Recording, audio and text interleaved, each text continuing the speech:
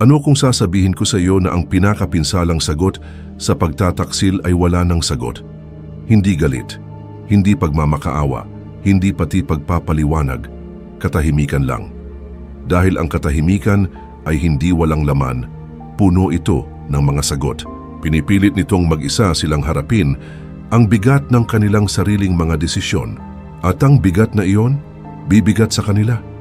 Isang lalaki ang minahal ang isang babae ng lubos. Ibinigay niya sa kanya ang kanyang puso, ang kanyang oras, ang kanyang lakas. At isang araw, nang walang babala, iniwan siya nito. Baka naiinip siya. Baka akala niya ay makakakita siya ng mas mabuti. Baka iniisip niyang hindi siya aalis sa kanyang isip. Pero hindi niya inasahan ang susunod. Karamihan sa mga lalaki sa kanyang posisyon ay kakabahan. Magagalit sila, magmamakaawa o lulunod sa kanilang emosyon at mararamdaman niyang malakas siya kasi ang kontrol ay ibinibigay, hindi kinukuha. Pero ang lalaking ito, iba siya. Pinili niyang gamitin ang isang sandata na mas mabagsik kaysa anumang insulto, anumang argumento, anumang desperadong pakiusap. Pinili niyang ang katahimikan at sa sandaling iyon, binago niya ang lahat. Inangkin niyang muli ang lahat ng iniisip niyang pag-aari niya. Ang katahimikan ay hindi kahinaan. Isa itong kapangyarihan na sobrang lakas na pinapabagsak nito ang mga nagkasala sa bigat ng kanilang sariling isipan. At kung matutunan mong masterin ito, hindi ka na muling hahabol. Hindi ka na magpapaliwanag. Hindi mo na kailangan ng closure dahil ang iyong pagkawala ay magsasalita ng mas malakas kaysa anumang salita. Kung handa ka nang maging hindi matitinag, i-like ang video na ito, mag-subscribe at mag-comment sa ibaba. Katahimikan ang aking kapangyarihan. Number 1. Ang sining ng pagkontrol sa emosyon ng mga emosyon, ang mga tanikala na nagtatali sa mga lalaki. Kapag hinayaan mong kontrolin ka nila, nagiging predictable ka, mahina at madaling manipulahin. Inaasahan niyang magre-react ka, inaasahan niyang magagalit ka, desperado, marahil galit. Dahil hanggat may reaksyon ka, alam niyang may halaga ka pa sa kanya. Pero sa sandaling tumigil ka, sa sandaling magbago ka, lilipat ang kapangyarihan. Isipin mo ito, aalis siya. Inaasahan niyang hahabulin mo siya. Hihintayin niyang makakatanggap siya ng text, tawag o isang pagputok ng emosyon. Baka nga mag-post pa siya online. Umaasang makakakuha siya ng reaksyon mula sa iyo. Pero ang makikita niya, katahimikan. Walang pagmamakaawa, walang pagpapaliwanag, walang desperadong pagsubok na magbalik loob. Isang puwang na dating puno ng iyong atensyon. At ang puwang na iyon, hahantong ito sa kanya dahil kapag ang isang tao ay umaasa ng isang emosyonal na pagsabog ngunit walang natamo, magsisimula siyang magtaka sa lahat. Bahalaga ba ako? Talaga bang minahal niya ako? Bakit hindi siya sugatang sugat? At dito magsisimula ang laro ng isipan. Kapag tumanggi kang mag-react, magtatanim ka ng binhi ng pagdududa sa kanyang isipan. Habang tumatagal ang iyong katahimikan, mas lalakas ang pagdududang iyon. Unawain mo ito. Ang pagiging reactive ay kahinaan. Ipinapakita nito sa mga tao kung paano ka pababagsakin. Binibigyan ka nito ng kontrol. Pero ang kontrol sa emosyon, iyan ang tunay na dominasyon. Ang lalaking hindi matitinag ay hindi matitinag. Ang lalaking tumanggi mag-react ay nagpapalakas sa mundo upang mag-react sa kanya. Madali ang magalit, mahina ang magmakaawa. Pati ang mga insulto at paghihiganti ay nagpapakita na may pakialam ka pa. Pero ang katahimikan ay nakakatakot. Dahil ang katahimikan ay kawalan ng pagpapahalaga at ang pagpapahalaga ang hinahanap niya. Kailangan niyang malaman na mahalaga siya, na may epekto siya, na nasasaktan ka nang wala siya. Pero kapag wala kang ipinakita, kapag nagpatuloy ka na parang hindi siya kailanman nag-exist, para itong binura siya sa iyong buhay. At ang sakit na yon, karamihan sa mga tao, hindi nila kayang tiisin. Dito, karamihan sa mga lalaki bumagsak. Akala nila ang pagputol ng ugnayan ay nangangahulugang maghihintay lang sila sa dilim. Lihim na umaasa na babalik siya. Hindi iyon kapangyarihan, isa lang iyon pang-attach. Ang tunay na kontrol sa emosyon ay hindi lang basta putulin siya, titigil ka ng mag-alala. magiging walang pakialam ka. Gagalaw ka ng may layunin, disiplina at focus. Walang pag-aalinlangan. Walang pagsisisi. Walang pangangailangan ng closure. Pag-aralan mong kontrolin ang sarili at makokontrol mo ang sitwasyon. Magiging hindi matitinag ka, hindi mababasa. Isang puwersa na hindi kayang manipulahin. At sa sandaling iyon, mararamdaman niya ito, na wala ang kapangyarihan na mayroon siya sa iyo. Kung handa ka nang bawiin ang kontrol, i-like ang video na ito, mag-subscribe at mag-comment sa ibaba. Ako ay hindi matitinag. Number 2. Ang batas. Ang reverse psychology, ang kalikasan ng tao, ay nakalaan para sa isang bagay. Ang nais laging makuha ang hindi natin maabot. Kung gaano kabilis at kadali makuha ang isang bagay, ganoon ito nagiging hindi gaanong mahalaga. Kaya't ang desperasyon ay nagtataboy at ang kawalang pakialam ay umaakit. Sa sandaling tumigil kang maghabol, pinipilit mo siyang magtaka kung bakit. Sa sandaling tumanggi kang makialam, pinaparamdam mo sa kanya na naghahanap siya ng iyong atensyon. At kapag tuluyan kang nawala, nagiging isang obsession siya. Iniwan ka niya, iniisip niyang ipaglalaban mo siya, iniisip niyang matitinag ka. Pero kapag ginawa mo ang kabaligtaran, kapag nawala ka ng parang bula, umiikot ang kanyang isipan. Nagsisimula siyang magtanong sa lahat, bakit hindi siya tumawag? May pakialam ba siya talaga? May iba na ba siyang kasama?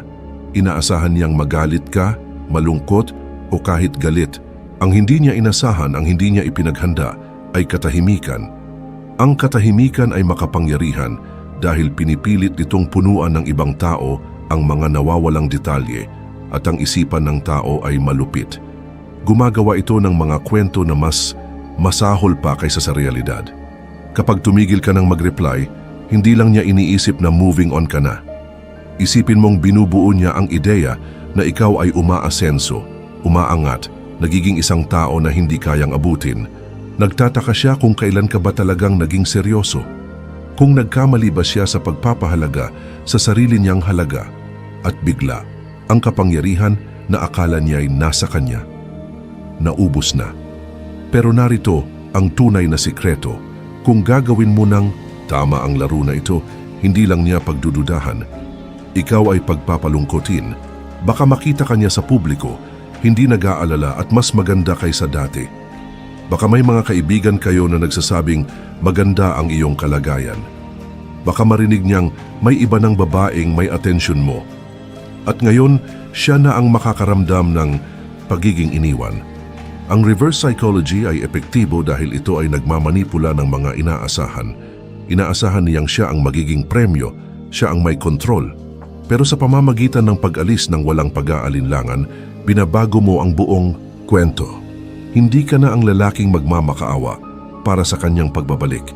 Ikaw na ngayon ang lalaking sana ay hindi niya pinakawalan. At ang realisasyon na iyon, masakit.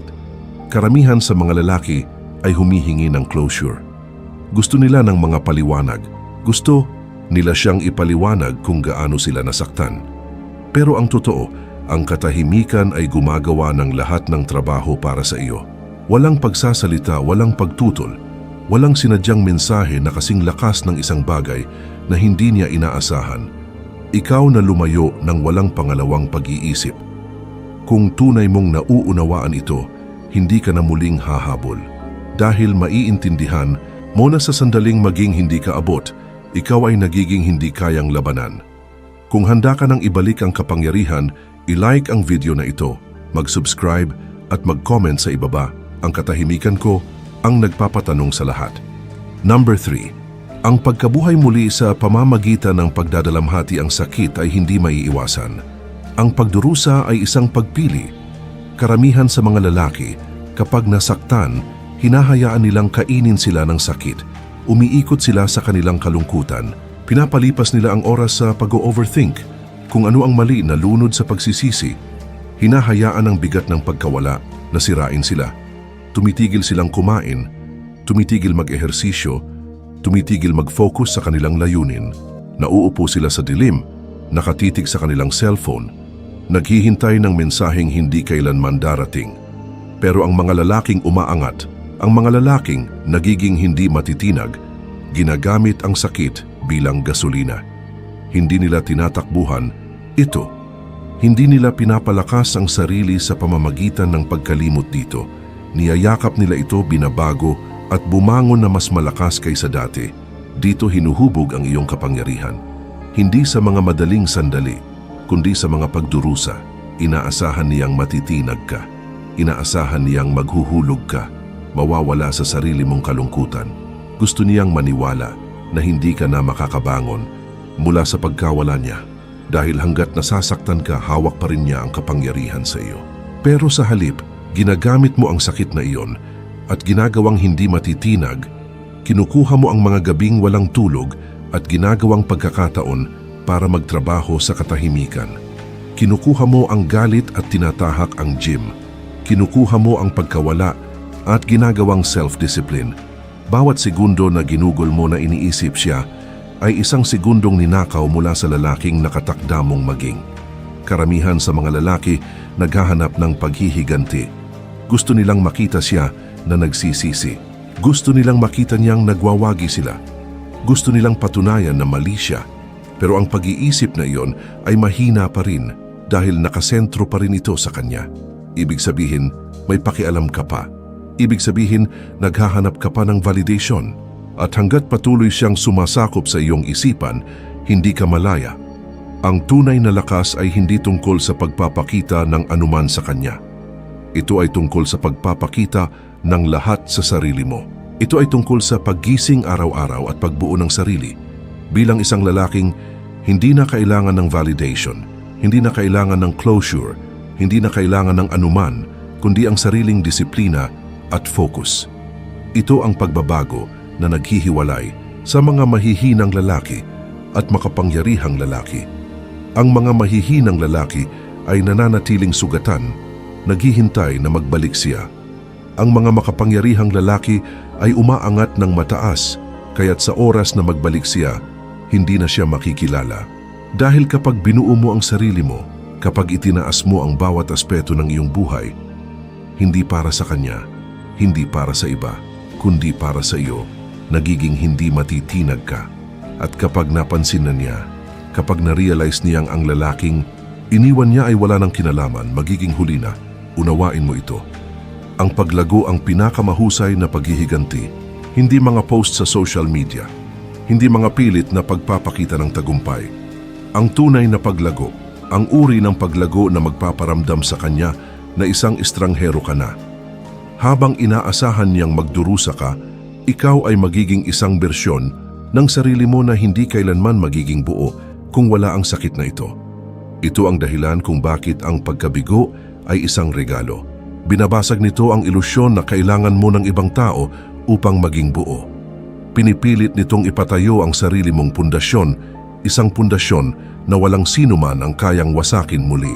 At sa sandaling tumigil ka ng magbalik tanaw, sa sandaling tumigil ka na maghintay na magsisi siya, doon mo makakamta ng tunay na tagumpay. Dahil ngayon, siya ay wala ng halaga. Walang tagumpay sa kanyang pagsisisi. Ang tagumpay ay nasa iyong pagbabagong buhay. Ang tagumpay ay sa pagiging isang lalaking hindi na alintana ang pakiramdam ng iba. Ito ang iyong muling kapanganakan. Dito mo titigil bilang isang lalaking kontrolado ng kanyang emosyon. At magiging isang lalaking kontrolado ang kanyang kapalaran. Walang kalungkutan, walang kahinaan, walang paghihintay. Bumangon mula sa mga abo. Yakapin ang disiplina. Ipasok ang iyong buong kapangyarihan. Kung handa ka nang magbago, i-like ang video na ito, mag-subscribe at mag-comment sa ibaba. Ang sakit ay nagiging gasolina ng aking evolution. Number 4. Ang attraction ng detachment. Walang mas malakas kaysa sa isang lalaking hindi nangangailangan ng validation. Isang lalaking payapa sa kanyang sarili, na hindi naghahanap ng approval, na hindi nakatali sa anumang resulta. Ang lalaking iyon ay may magnetikong aura. Ang detachment ay hindi tungkol sa pagiging malamig o walang emosyon. Ito ay tungkol sa pag-unawa na ang attachment ay kahinaan at ang desperasyon ay nagtataboy. Sa sandaling tumigil kang mag-alala kung ano ang ginagawa niya, kung sino ang kasama niya, o kung nagsisisi siya sa pag-alis, iyon ang sandaling muli niyang mapapansin ka. Bakit? Dahil ang mga babae ay naakit sa mga lalaking hindi naghahabol. Kung mas maghahanap ka, mas tatakbo siya palayo. Kung mas maghahangad ka, mas kaunti ang ibibigay niya. Pero sa sandaling umatras ka, sa sandaling magpakita ka ng kawalang interes, may magbabago. Magsisimula siyang magtaka kung bakit wala kang pakialam. Magsisimula siyang magtanong kung bakit hindi ka na nagsusumikap. Magsisimula niyang maramdaman ang pagkawala ng iyong atensyon. At ang pagkawala na iyon, yun ang magpapasakit sa kanya. Unawain mo ito. Ang detachment ay kapangyarihan. Ito ang kakayahang umalis sa anumang hindi na nakakatulong sa iyo, nang walang alinlangan, nang walang pagsisisi. Ibig sabihin, hindi ka na emosyonal na nakadepende sa iba. At ito ang pinakamatinding atraksyon na mayroon ng isang lalaki. Dahil kapag tunay mong hindi alintana, ang iyong kumpiyansa ay kumikislap. Ikaw ay kumikilos ng may layunin.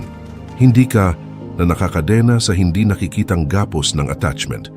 Karamihan sa mga lalaki nagkakamali sa pagpapanggap na detached sila. Nagpo-post sila ng mga larawan para pasilusin siya. Nagpapakita sila ng pagsusumikap na ipakita na nananalo sila. Pero ang tunay na detachment ay hindi malakas. Tahimik ito, malinaw. Walang kahirap-hirap. Kapag hindi mo na kailangang patunayan ang sarili mo, kapag hindi mo na kailangang ipakita sa mundo na okay ka, tapos na ang laban, isipin mo ang mga pinakamakapangyarihang lalaki sa kasaysayan. Ang mga hari, mga mandirigma, mga pilosopo. Hindi sila yung mga humahabol para sa approval.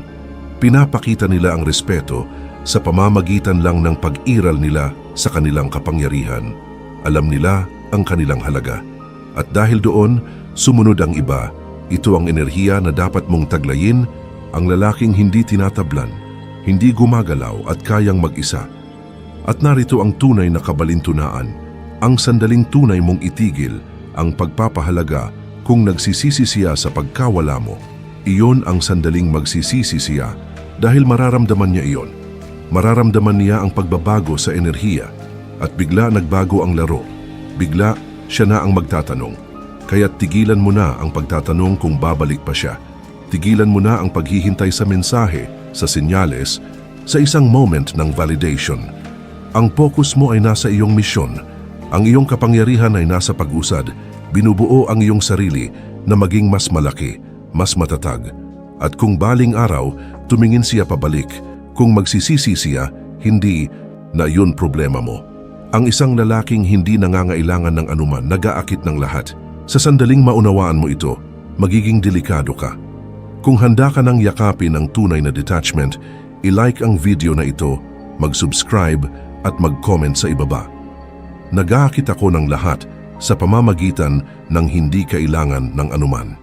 Number 5. Ang epekto ng cold shoulder ang katahimikan ay isang bagay. Ang presensya ng walang reaksyon, isang ibang antas ng kapangyarihan. Darating ang isang sandali, baka linggo, baka buwan, nang makita mo siya muli. Baka aksidente lang. Baka siya na ang mag-reach out. Baka lang siya ay nakatago, sumusubok na tignan mula sa malayo. At sa sandaling iyon, ang lahat ng gagawin mo o hindi gagawin, ang magtatakda kung sino ang may hawak ng kapangyarihan. Karamihan sa mga lalaki, bumabagsak sa ilalim ng pressure na ito. Nakita nila siya at bumalik ang mga lumang emosyon. Sinasubukan nilang magpanggap na cool pero nauurong. Iiiwas sila ng tingin o magpapakita ng sobrang saya. Para bang may pinapakita. Parehong mali. Parehong nagpapakita na siya ay may epekto pa sa iyo. Pero ang lalaking bihasa na sa cold shoulder effect, iba siya.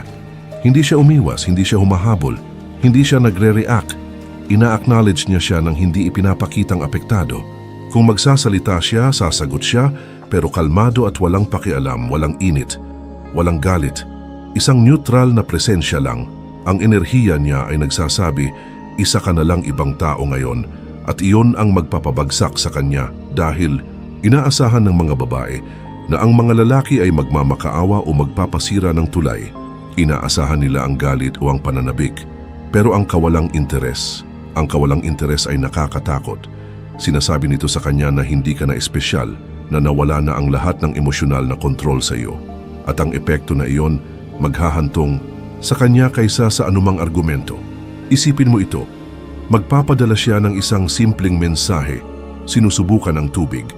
Inaasahan niyang makakakita ng excitement, galit, kahit anuman. Pero sa halip, makakakuha siya ng isang maikli, hindi pilit, na sagot. Walang emojis, walang sobra-sobrang paliwanag, walang indikasyon na naisip mo pa siya. At ngayon, siya ay nalilito. Maliit na ba siya sa iyo? Talaga bang nakalimutan mong mag-move on ng ganun kadali? Ang pagdududa ay kumakalat tulad ng isang virus sa kanyang isipan. Dahil ngayon, siya na ang naghahanap ng iyong validation. Nagbabaliktad na ang mga papel. Kailangan niyang malaman kung may kontrol pa siya. At ang hindi mo pagbibigay sa kanya ng sagot, iyon ang magpapabagsak sa kanya. Ang kapangyarihan ng cold shoulder ay hindi nasa pagputol sa kanya ng lahat ng ugnayan. Nasa pagpapakita sa kanya ulit at ang pag-alam niyang wala na siyang epekto sa iyo. Maalala niya ang lalaking dating humahabol sa kanya na dating may malasakit. At makikita niya ang isang estranghero sa kanyang lugar. Iyon ang nag-iiwan ng epekto. Iyon ang nagpapalungkot sa kanya. Pero pagdating ng oras na maalala niyang nawala, hindi mo na apektado dahil ang bersyon ng iyo na siya ay dati kilala, patay na. Kung handa ka nang makamit ang ganitong antas ng kontrol, i-like ang video na ito, mag-subscribe at mag-comment sa ibaba. Pinakamalakas ako kapag wala akong sinasabi. Number 6. Ang pagbalik ng isa na umalis, laging bumabalik sila. Laging. Baka hindi ngayon, baka hindi bukas, pero isang araw kapag tumigil ka nang isipin siya. Kapag binuo mo ang iyong sarili para maging mas mataas, kapag ang iyong katahimikan ay naging malakas na, babalik siya. At kapag nangyari iyon, mayroon ka lamang isang trabaho. Siguraduhin na hindi na siya mahalaga. Ito ang sandali kung saan karamihan sa mga lalaki ay nabibigo. Sila ay nasasabik, iniisip nila, ito na ang pagkakataon ko. Sa wakas ay nakikita niya ang aking halaga. Kinuha nila ang paino, masyado silang mabilis sumagot. Pinapasok siya masyado ng madaling-madali. At agad, ang lahat ng kapangyarihan na kanilang nakuha ay nawala. Dahil ang totoo, hindi siya babalik. Dahil bigla niyang naisip kung gaano ka kahanga-hanga. Babalik siya dahil siya ay naging mausisa. Dahil sinusubukan niyang alamin kung makakontrol pa niya ikaw. Pero ang lalaking nagbago ay hindi papasok sa bitag na ito. Kapag bumalik siya, hindi siya magmamadali. Hindi siya magsasaya. Hindi niya bubuksan ang katahimikan niya ng may kasiyahan. Mananatili siyang hindi apektado. Baka sumagot siya, baka hindi. Baka i-acknowledge siya, baka hindi. Pero isang bagay ang tiyak. Hindi niya pababayaang maramdaman niyang may halaga pa siya. Ito ang paraan para sirain ang ego ng umalis. Inaasahan niyang maghihintay ka pa. Akala niya, iniisip mo pa siya. Inisip niya na itatapon mo ang lahat ng bagay kapag siya ay nag-reach out. Pero sa halip, itinuturing mo siya na parang hindi na siya mahalaga. Dati siyang iyong mundo at ngayon isa na lang siyang pangalan sa iyong telepono. Ang realisasyong ito ay sisirain siya dahil walang masakit kaysa sa makalimutan. Walang mas matindi kaysa sa malaman na ang isang tao na minsang nagmahal sa iyo ay tuluyan nang nakapag-move on. Nang umalis siya, akala niya siya ang premyo. Akala niya maaari siyang bumalik kapag gusto niya. Pero ngayon ikaw na ang premyo at siya ay isa na lamang sa iyong mga opsyon. Huwag mong bigyan siya ng kasiyahan na malaman na mayroon pa siyang epekto sa iyo. Kung pipiliin mong sumagot, panatilihing maikli. Kung pipiliin mong makipag-ugnayan, manatiling detached. Kung tatanungin ka kung kumusta ka, sabihin mo lang, okay. Wala nang iba. Walang detalye, walang paliwanag, walang nostalgia. Ipakita mo sa kanya na hindi mo siya kailangan para malaman kung gaano ka kasaya. At dito siya mararamdaman ang pinakamalakas na pagsisisi. Dahil kapag ang isang lalaki ay tunay na naka-move on, kapag hindi na siya nagmamalasakit, kung siya ay magstay o aalis, doon niya mararamdaman na nawala ka na sa kanya magpakailanman. Kung handa ka nang maging ang lalaki na kanilang pagsisihan na nawala, i-like ang video na ito, mag-subscribe at mag-comment sa ibaba. Laging bumabalik sila kapag tumigil akong mag-alala. Number 7. Ang huling hakbang ng kapangyarihan, indifference, pagkawala ng interes. Ang huling yugto ng kapangyarihan ay hindi nakasalalay sa pagbabalik niya. Ito ay nasa hindi mo na pagnanais na siya'y bumalik. Karamihan sa mga lalaki ay gumugugol ng mga buwan kahit taon. Nang lihim na umaasa na magsisisi siya sa pag-alis, naghihintay sila ng araw na maiisip niyang nawalan siya. Pero ang tunay na tagumpay ay kapag tumigil ka na sa pag-aalala, kapag ang kanyang pagsisisi ay wala ng halaga sa iyo at ang kanyang pagbabalik ay wala ng kahulugan sa iyong buhay. Ang indifference, pagkawala ng interes, ay ang pinakamataas na hakbang ng kapangyarihan dahil ito ay nagpapakita na hindi na siya may control sa iyong emosyon. Hindi ito galit, hindi ito puot, ito ay wala at ang wala ay nakakatakot. Dahil kapag ang isang lalaki ay tunay na naka-move on, hindi niya ito ipinapaalam. Hindi siya naghahanap ng paghihiganti. Hindi siya nangangailangan ng validation. Siya'y simpleng nawawala na sa kanyang mundo. Mentally, emotionally at spiritually, susubukan kanya. Hahanapan kanya ng mga kahinaan. Baka mag-reach out siya upang makita kung may epekto pa siya sa iyo. Baka panoorin niya ang mga stories mo, umaasang mapansin mo siya. Baka mag-flirt siya sa ibang lalaki, naghihintay ng reaksyon. Pero hindi mo siya bibigyan ng anuman. Walang galit, walang selos, walang pag-usisa, tanging malamig, walang emosyon na pag-detach at iyon ang magwawasak sa kanya. Dahil sa unang pagkakataon, mararamdaman niyang siya'y pwedeng palitan. Akala niya siya'y espesyal, na may permanenteng espasyo siya sa iyong puso. Pero ngayon, nakikita niya ang katotohanan. Siya'y isa lang sa mga kabanata sa iyong kwento, hindi ang buong aklat. Ang indifference ay kalayaan. Nangangahulugan ito na natranscend mo na ang nakaraan, na nakabuo ka ng isang buhay na punong-puno at makapangyarihan, kaya't siya ngayon ay isa na lamang tala sa iyong kasaysayan. Hindi ito tungkol sa pagpapanggap. Hindi ito tungkol sa pagpapakita na wala kang pakialam habang lihim na umaasa na babalik siya. Ito ay tungkol sa tunay na pag-move on. Ito ay tungkol sa pag-abot sa isang lugar kung saan kahit magmakaawa siya, para sa isang pagkakataon hindi mo ito kukunin dahil lampas ka na sa kanya. Karamihan sa mga lalaki ay hindi nakararating sa yugtong ito. Nanatili silang nakatigil sa kalagitnaan, nagpapanggap na naka-move on habang lihim na naghihintay. Pero ang mga lalaking bihasa sa tunay na pag-detach ay ang mga hindi matitinag. Hindi nila kailangan ng closure. Hindi nila kailangan ng mga paghingi ng tawad. Hindi nila kailangan ng anuman dahil mayroon sila. At iyon ang tunay na aral. Ang wakas ng layunin ay hindi kailanman tungkol sa pagpapasisiya sa kanya. Ang layunin ay maging sobrang nakatutok, sobrang disiplinado, sobrang hindi matitinag, na hindi na siya mahalaga. Kung naiintindihan mo ito, nanalo ka na. Kung handa ka ng katawanin ang tunay na kapangyarihan, i-like ang video na ito, mag-subscribe at mag-comment sa ibaba. Indifference ang aking pinakamalakas na armas. Number 8. Ang mundo ay iyo, hindi ka nila matagal na ginawa mong sentro ng iyong mundo siya. Ang mga isip mo ay umiikot sa kanya. Ang kaligayahan mo ay nakatali sa kanya. Ang pagpapahalaga mo sa sarili ay nakadepende sa kanyang pag-apruba. Pero ngayon ay bawiin mo ang lahat ng ibinigay mong labis dahil ang katotohanan ay ang buhay mo ay hindi kailanman nakasentro sa kanya. Ito ay laging tungkol sa iyo. Isipin mo, gaano karaming oras ang ginugol mo para panatiliin siyang masaya? Ilang sandali ang inilalaan mo sa pagpapanggap sa kung ano ang naiisip niya, nararamdaman niya at gusto niya? At saan ka dinala ng mga iyon? Nawawala, pagod, walang kapangyarihan. Dahil habang binibigyan mo siya ng labis na pansin, nawawala ka sa sarili mo. Tapos na yon, ang sandali na ibabalik mo ang atensyon sa sarili mo. Pumasok ka sa iyong tunay na kapangyarihan. Wala nang paghihintay ng mga text. Wala nang pagsilip sa social media niya. Wala nang pag-aalala kung sino siya o kung anong ginagawa niya. Isinara na ang kabanatang iyon. Ngayon, ang tanging bagay na mahalaga ay ang iyong misyon, mga layunin, pag-unlad at ang iyong imperyo. At dito nangyayari ang tunay na pagbabago.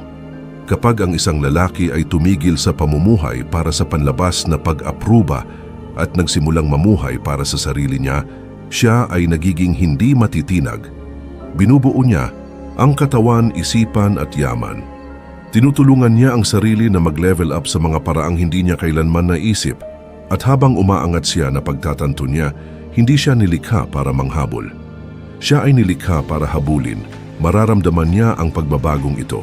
Malalaman niya ang tungkol sa lalaking iyong nagiging. Makikita niya kung paano ka pinag-uusapan ng mga tao at bigla magpapalit ang mga papel. Ang lalaki na minsang naglagay sa kanya sa pedestal ay ang lalaki na ngayon ay nais niyang ibalik. Ang lalaki na dati ay naghihintay sa telepono niya ay ngayon ay puno ng mga bagong opsyon, mga bagong oportunidad. Ito ang pinakamahirap na katotohanan na ayaw tanggapin ng karamihan sa mga lalaki. Hindi na siya kabilang sa mundo mo. Ang bersyon mo na nagmahal sa kanya, ang lalaking iyon ay patay na. Namatay siya nang magdesisyon kang muling buuin ang sarili mo. At ang bagong ikaw ay lumampas na sa kanya. Siya ay isang aral lamang, isang hakbang patungo sa iyong ebolusyon. Ang mundo ay iyo, hindi kanya. Ikaw ang premyo. Hindi ka nagmamakaawa. Hindi ka humahabol. Hindi ka naghihintay para sa ibang tao na makilala ang halaga mo. Ikaw ang lumilikha ng halaga. Hindi mo kailangan ng permiso para maging dakila. Kukunin mo ang iyo. Maglalakad ka tulad ng isang hari. Mag-iisip ka tulad ng isang tagapagtagumpay. Hindi mo na iniintindi kung sino ang magsisisi sa pagkawala mo dahil abala ka na sa pagkapanalo. At ito ang kagandahan ng lahat. Ang sandali na tumigil kang mag-alala tungkol sa kanya ay ang sandali na tunay mong maiintindihan kung sino ka talagang meant na maging. Hindi siya ang destinasyon. Siya ang nagpukaw sa iyong kamalayan. Ito ang iyong paggising. Ito ang iyong pag-angat. Kung handa ka nang kunin ang iyong nararapat, i-like ang video na ito, mag-subscribe at mag-comment sa ibaba, ako ang premyo. Number 9. Ang huling tawanan ay para sa Stoic ang pinakamagandang paghihiganti ay hindi ang patunayan siyang mali. Ito ay ang patunayan ng iyong sarili na tama. Ito ay ang maging lalaking palaging itinakda sa iyo. Ang lalaking hindi kailangan ng pag-apruba. Ang lalaking hindi naghahanap ng paghihiganti. Ang lalaking kumikilos ng tahimik at pinapakita ang kanyang mga resulta sa sarili. Ang huling tawanan ay para sa lalaking hindi na nagmamalasakit. Noong una, akala niya maaari kanyang palitan. Akala niya magiging isa ka na lamang sa mga lalaking naiwan sa kanyang nakaraan. Ngunit ngayon ay nakikita niya ang katotohanan. Nakikita niya ang bersyon mo na umusbong mula sa apoy. Ang lalaking hindi lang basta nakapag-move on, siya ay nag-evolve. Ang lalaking dati niyang kilala ay nawala at sa kanyang lugar ay nakatayo ang isang hindi matitinag na puwersa. Isang lalaking hindi kayang manipulahin, isang lalaking hindi naghahanap, hindi humahabol, hindi nagre-react at iyan ang maghahantong sa kanya sa walang katapusang pag-iisip. Hindi ang galit, hindi ang katahimikan, kundi ang iyong ganap na kawalang interes. Dahil ang tunay na kapangyarihan ng isang stoic na lalaki ay ang hindi pagpapabaya ng kahit anong makaalog sa kanyang pundasyon. Hindi niya pinapayagan ang kanyang emosyon na magdikta ng kanyang mga aksyon. Hindi siya lumalahok sa mga laban na hindi karapat-dapat sa kanya. Umiiwas siya at binubuo ang kanyang kaharian. At ngayon pinagmamasdan ka niya mula sa malayo. Marahil ay binabantayan pa rin niya ang iyong profile. Marahil ay naririnig niya ang iyong pangalan sa mga usapan. Marahil ay nagtatangkang magpadala ng mensahe umaasang muling makuha kahit kaunti sa pansin na dati niyang ipinagpapalagay. Ngunit hindi niya alam na nanalo ka na. Hindi dahil pinagselos mo siya, hindi dahil nagsisisi siyang iniwan ka, kundi dahil wala na siyang espasyo sa iyong isipan. Akala niya may kapangyarihan siya sa iyo. Akala niya palagi ka lang nandyan, naghihintay, umaasa, nagnanais. Ngunit sa halip na wala ka sa kanyang buhay at pumasok sa tagumpay, at siya ngayon ay isa na lamang multo mula sa iyong nakaraan, isa na walang halaga. Iyan ang huling yugto, hindi paghihiganti, hindi galit, kundi ganap na kalayaan. Ang sandali na hindi mo na alintana ang nakaraan, ang sandali na hindi mo na kailangan ng pagsasara, ay ang sandali na magiging hindi matitinag ka. Dahil ngayon, nauunawaan mo na ang pinakadakilang tagumpay ay ang inner peace at ang pinakadakilang kapangyarihan ay ang sariling pagmastersy. Kaya hayaang magtaka siya, Hayaang magsisi. Hayaang umupo siya sa bigat ng kanyang mga desisyon. Ngunit ikaw, patuloy ka nang mag-move forward dahil hindi ka kailanman meant na manatili sa nakaraan. Hindi ka nilikha para lamunin ng kung ano ang dati. Ikaw ay nilikha para umangat. Ang huling tawanan ay para sa stoic at sa oras na malaman niyang kung ano ang nawala niya, ikaw ay malayo na at hindi na maririnig ang mga pagsisisi. Kung handa ka nang yakapin ang tunay na kapangyarihan, i-like ang video na ito, mag-subscribe at mag-comment sa ibaba. Ako ay hindi matitinag. Nandyan ka na sa dulo. At kung talagang nakinig ka, kung talagang nakuha mo ang bawat salita, alam mo na kung ano ang dapat gawin. Ito na ang iyong sandali, ang sandali na pipiliin mong maging stoic kaysa maging mahina, paglago kaysa stagnation, kapangyarihan kaysa desperasyon. Unawain mo ito. Hindi siya ang destinasyon, siya ang catalyst. Siya ang pangyayari na nagpabago sa iyo, ang nagpatigil sa iyo at tinanong ang iyong tunay na halaga. At ngayon, nakatayo ka sa isang desisyon. Maaari kang manatili sa pareho, nakulong sa nakaraan, naghihintay ng pagsasara, naghihintay ng kanyang pagsisisi. O maaari kang maglakad palayo, hindi lamang sa kanya kundi sa lalaking ikaw dati. Ito ang iyong rebirth. Dito ka magiging hindi matitinag, isang lalaki na may misyon, isang lalaking hindi kailangan ng kahit anuman, isang lalaking kumukontrol ng respeto. Hindi sa puwersa, kundi sa presensya. At sa sandali na tumigil kang manghabol, ang sandali na tumigil kang mag-react, ang sandali na sumulong ka sa iyong kapangyarihan, makikita mo kung paano bumabaluktot ang mundo para sa iyo. Kaya hayaang magsisi siya, hayaang magtaka siya, hayaang umupo siya sa katahimikan ng sarili niyang mga desisyon. Ngunit ikaw, patuloy ka lang dahil ang mga dakilang lalaki ay hindi tumitingin pabalik. Hindi nila inuukit ang nakaraan. Binubuo nila, umaangat sila, nangunguna. Kung ang video na ito ay tumama sa iyo, kung handa ka nang kunin ang buong kontrol ng iyong buhay, i-hit ang like button, mag-subscribe para sa mas maraming content at mag-drop ng final na comment sa ibaba. Ako ay hindi matitinag at tandaan, ang huling tawanan ay palaging para sa stoic.